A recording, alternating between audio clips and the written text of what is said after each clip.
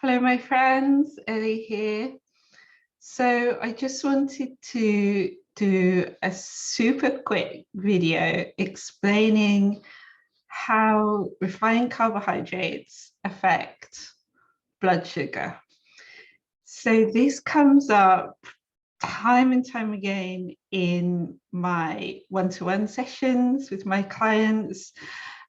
And really, if you can master this, it's going to help give you more energy, it's going to help stabilize your hormones, and it's going to protect you from developing diseases like diabetes, which evolve from the mismanagement of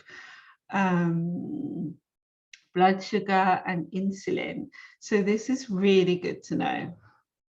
So I'm going to share my screen and we're going to just dive in to that.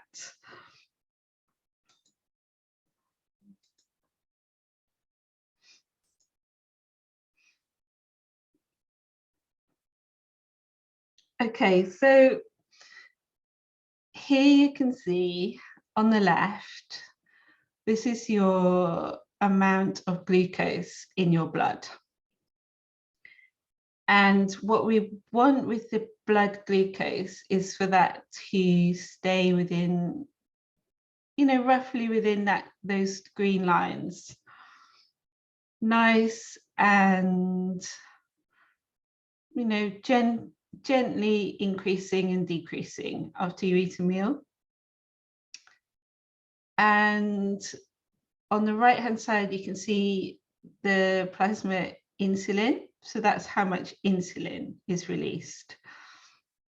And you can see from this that when you eat, in this case, this is taken from bread.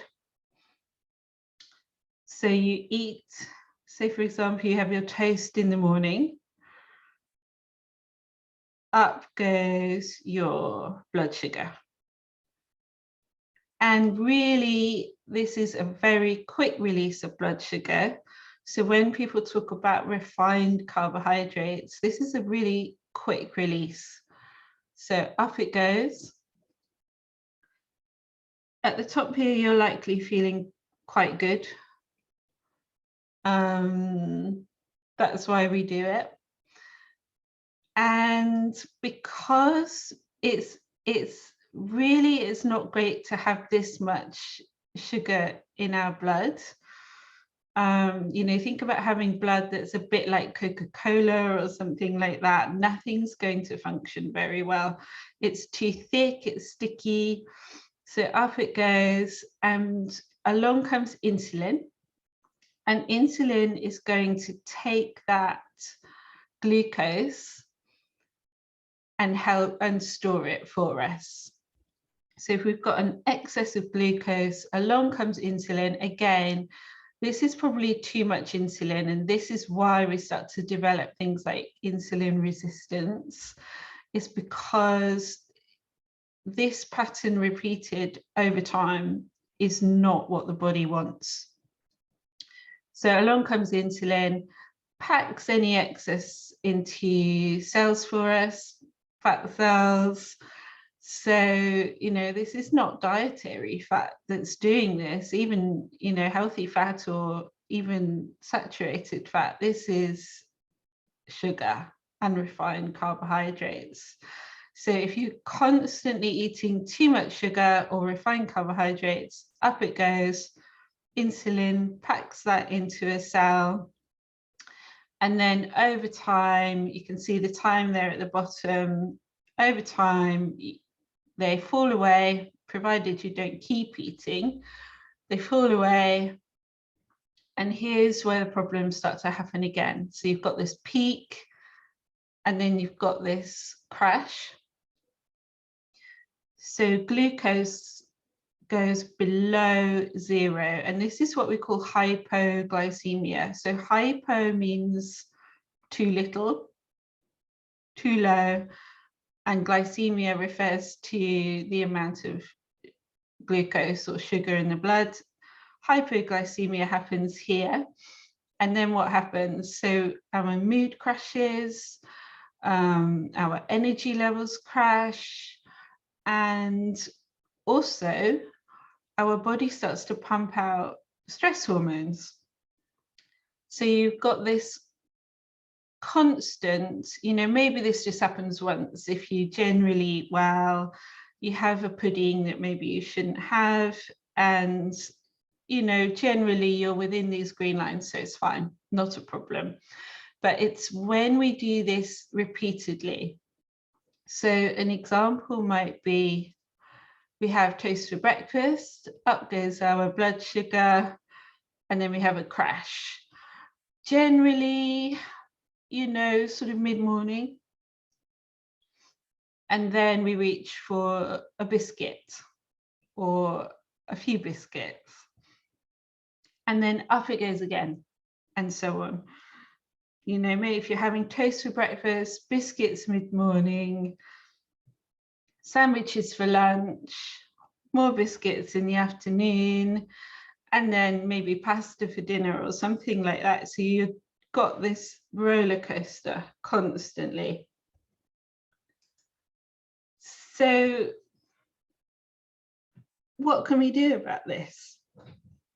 So if you have access to my Facebook group, or if you're a client of mine, have a little look at the BANT wellness guidelines.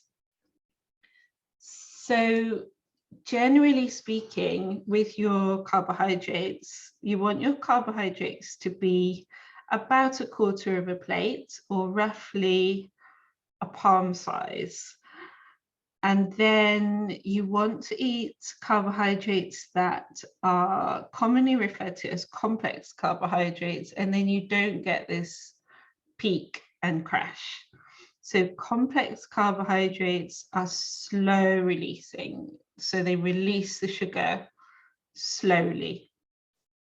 So eat complex carbohydrates, something like a root vegetable or a whole grain like brown rice, whole oats, quinoa, and limit refined grains, particularly pasta and bread, or breads, biscuits, crackers and cakes, because they are particularly fast releasing and affect your body in the same way as sugar. So you want a small amount of root vegetables and whole grains, 1/4 of a plate. And then you want to be combining those carbohydrates with protein, good quality protein. So fish, poultry, and eggs are fantastic here. You can have good quality red meat, but make sure that it's not processed. Make sure it's farmed and produced in the best possible way, and that it's been eating its natural diet. And you can have pulses, lentils, beans, chickpeas, nuts, seeds, all really good forms of protein. So combine. So first of all, eat complex carbohydrates. Secondly, combine with protein. And then what you need to know is the whole of the rest of the plate. So you've got 1/4 complex carbohydrates, 1/4 protein, and then the whole of the rest of the plate has to be veg. Green leafy vegetables, salad vegetables, colorful vegetables, sulfur-containing cruciferous vegetables. So if you can get that right and avoid refined carbs and blood sugar, refined carbs and sugar, you're going to keep your blood sugar nice and even. And that's what we want.